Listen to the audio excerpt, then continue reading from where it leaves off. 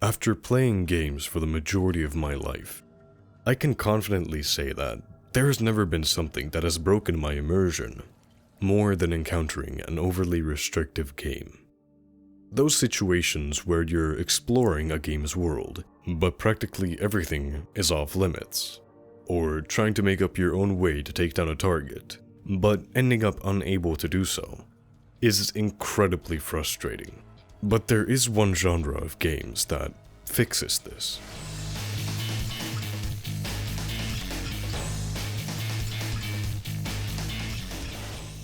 These games are called Immersive Sims, a genre that emphasizes player agency and freedom when it comes down to practically anything in the game. Whether it be the way you sneak into the objective area, or the method you use to take down enemies, Immersive Sims are designed to cover basically all of your wanted methods within a select game's boundaries. There are a lot of notable examples of Immersive Sims, but one that I love is Metal Gear Solid 5: The Phantom Pain. Metal Gear Solid 5, while not being the best of the series, was still a fantastic game. The customization, the management aspects, the side content, the ways you could take down a base with whatever method you wanted. Up until this day, it's still one of the best games that simulates immersive sim qualities that you can pick up.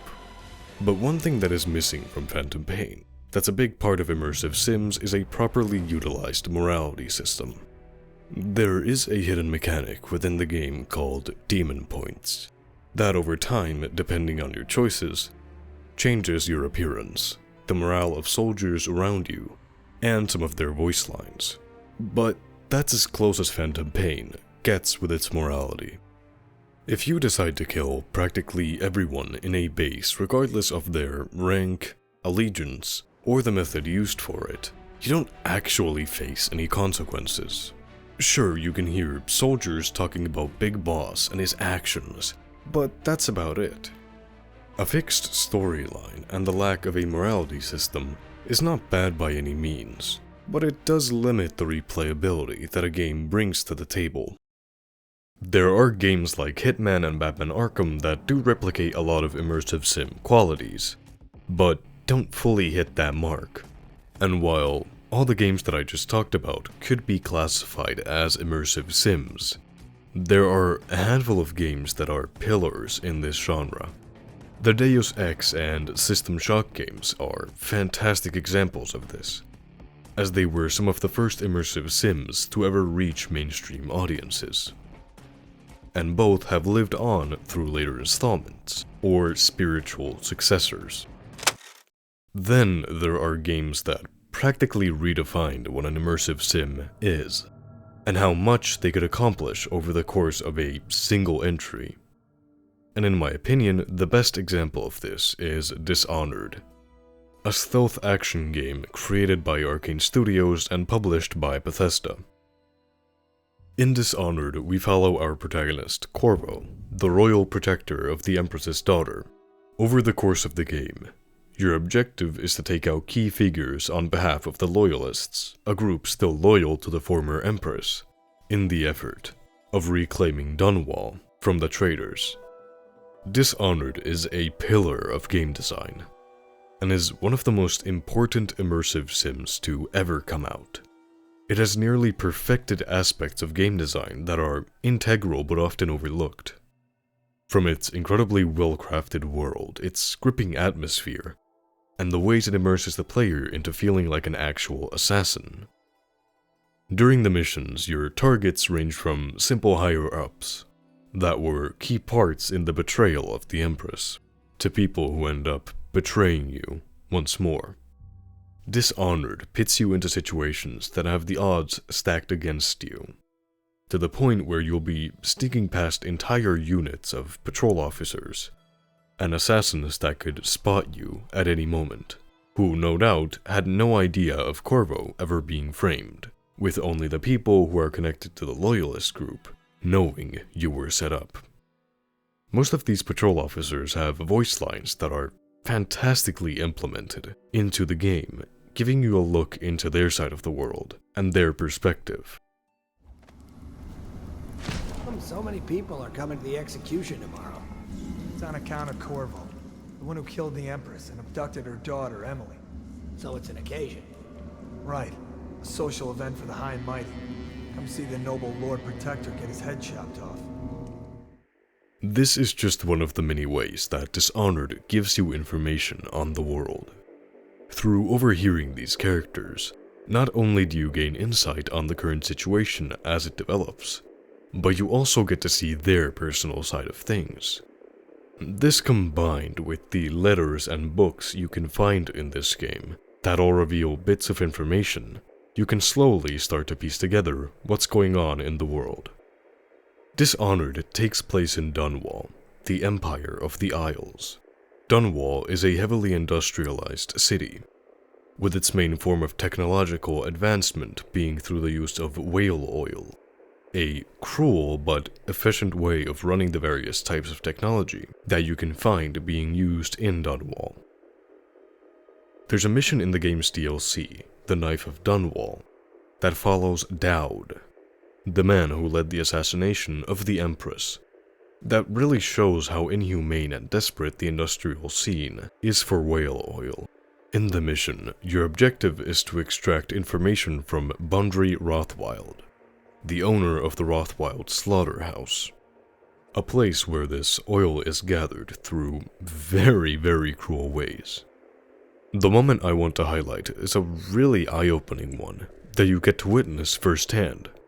Entering a large room in the slaughterhouse, you can find a whale hung up as it groans in desperation. The power system in there looks like it will put down that whale in an instant.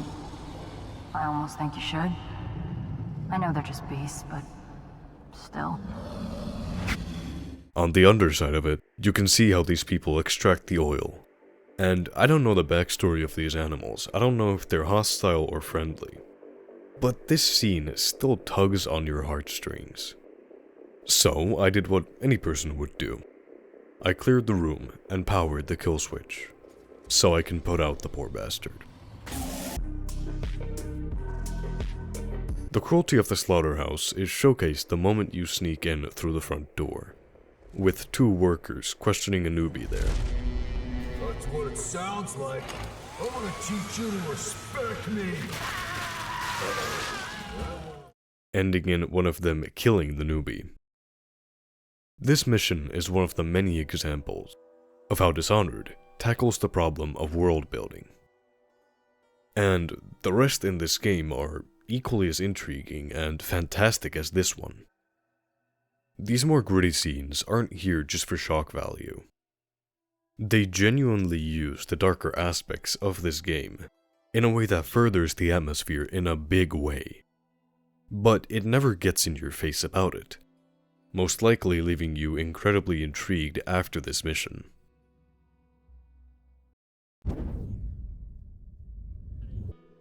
The game starts off with Corvo returning to Dunwall Tower. Shortly after arriving, we meet Emily, the Empress's daughter, as well as the Spy Master and the Empress. We give her an envelope that contains information on the decision to wall off Dunwall, to prevent the rat plague from spreading. Shortly after this, the Empress is attacked by Dowd and his assassins. After attempting to defend her, she is stabbed and killed, leaving a dead Empress and an unconscious Corvo at the scene, with the Spy Master using this as evidence of Corvo's alleged betrayal. Corvo, the Empress is dead. Her daughter Emily is hidden away, and no one will ever know the truth. 6 months later, we wake up in the prison below Dunwall Tower, and receive a gift from a quote-unquote friend. This turns out to be a key to the cell which we use to escape. Sneaking past the first few guards after picking up a sword, while moving through this area, you can hear announcements of the execution that was planned for Corvo. Tomorrow's execution will be restricted to the personnel assigned to the event and approved dignitaries only. Inside the interrogation room, which Corvo and countless other prisoners have been tortured in, we can find information on the overseers, and Corvo's interrogation, as well as a clockwork explosive. Coming to the prison area, we can hear more about the guards' perspectives of Corvo and the betrayal. Corvo's execution is tomorrow, right? Yeah, but everything has to be set up today. I can't wait to see his head roll. Not everyone did, but I really like the Empress. Making it past the guards to the exit area, and quickly taking out the personnel there, we can finally make our escape from this prison. Arriving at the sewers, we get to witness the main reason as to why the city is in such peril. The plague in Dishonored is caused by a rodent-borne contagious disease, and as you just saw, it spreads through the millions of rats that are beneath Dunwall. In the next area, you can further see how ruthless these rats are for food. If you go anywhere near them, they will slowly chip your health down and eat you alive. So you'll have to resort to distracting them by throwing a corpse away from the wheel, which you're supposed to turn. After carefully avoiding the traps set in the next section, we can find a box with a note on it. In this box, we find the crossbow, which is single-handedly the best weapon in this entire game if you're going for a low chaos playthrough. It has multiple ammo types, but the ones I always stocked up on were the sleep bolts, which allowed me to non-lethally take down guards and assassins from a distance to avoid getting caught. After gearing up and making it deeper into the sewers, you can hear a guard commenting on weepers, Smells like a dead weeper in here. a sort of zombie created by the infection.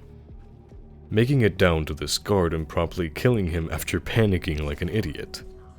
You have to sneak your way past or blast your way through more guards. It's at this point that I'd like to mention how good Dishonored is at introducing players to different mechanics. In a simple situation like this, you have a myriad of ways to make it past these guards. Distractions, violence, and stealth are all viable here. My preferred methods of movement and parkour are good, but there's a dozen other ways you can make it to the target. Making it out of the sewers, we can hear another announcement about our escape, and how the Spymaster has framed us for the disappearance of Emily. Attention Dunwall citizens. The assassin Corvo, responsible for the murder of our fair Empress and the disappearance of Lady Emily, heir to the throne, has temporarily escaped state custody. Arriving at the shore, we meet Samuel, an older man who's working for the Loyalists. He plays an integral role in this game, serving not only as a means of transportation, but he also comments on your actions depending on how chaotic they are. This is just one of the methods that Arkane used to make the player reflect on their actions, and it's honestly genius to have such a likable character comment on your bad behavior or good behavior. The first mission of this game is fantastic on many levels, even if you might not notice it. In almost every section of this level, you can either overhear some information, witness something that shows the world's state, and you can also see how people have adapted to this sickness, being either too poor or too sick to live out on the streets, so they bunkered down into the sewers, which eventually led them to die.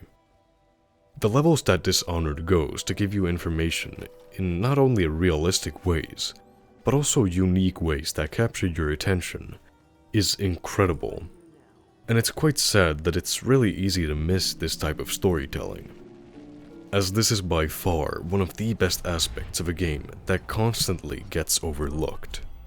It has the power to tell so much without pushing it in your face. Environmental storytelling gives you the choice and opportunity to listen in and be rewarded with intriguing information. This is also one of Dishonored's specialties as an immersive sim. What separates games like Batman Arkham from true immersive sims is the ways you can approach a scenario. While you do have a lot of agency in regular fight sequences, within a game like Batman Arkham Knight, the ways you approach them don't affect anything narrative-wise. In other words, the game is more linear, emphasizing Batman's story arcs instead of allowing the player to alter the course of the game. Dishonored, on the other hand, is all about that. The ways you approach a scenario alters the game's progression and subsequent missions. If you go and kill practically everyone ruthlessly, future enemies will be more violent and alert in response to that. As well as this, Samuel will comment on your actions, as well as character voice lines changing as you go along. This is Dishonored's chaos system, or its morality system. Dishonored is incredibly freeing and kind to you in regards to agency. You can approach a scenario any way you like, and because of that, you can discover many different ways that you could have used to approach a past mission. But you aren't completely free to do anything, at least not without judgment or praise from other characters. The chaos system modifies your playthrough in ways that significantly alter it. Enemies will be more alert and on their feet if you've committed to a high chaos playthrough, while on the other side, they will be less alert and on their feet if you've committed to a low chaos playthrough. This system runs deep into your experience within the game, altering the courses of the entire storyline, even down to the ending that you'll get depending on how you've approached the game.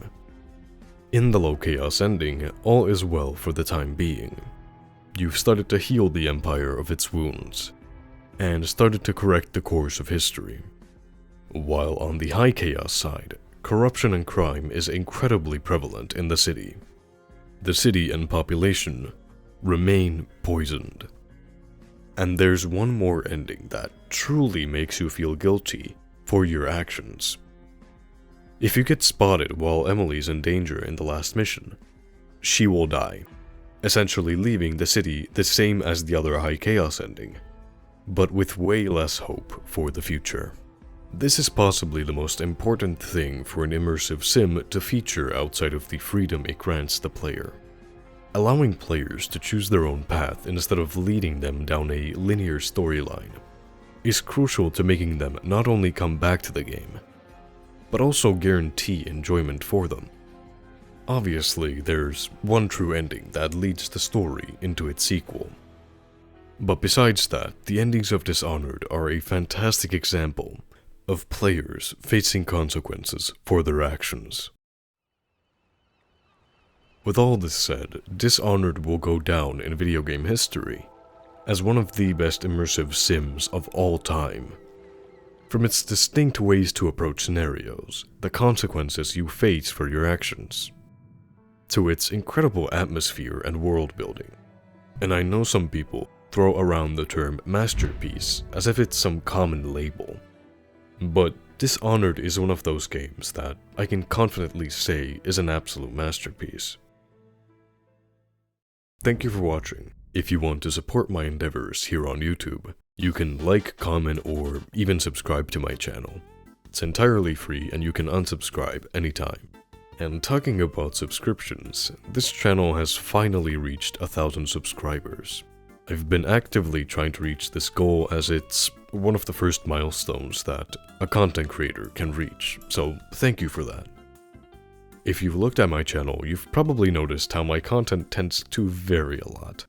But I'm currently at a position where I'll be fully committing to this type of content, and want to do my part in giving you good content to watch. As well as this, I'll be exploring more horror in the future, which is my all-time favorite genre in gaming.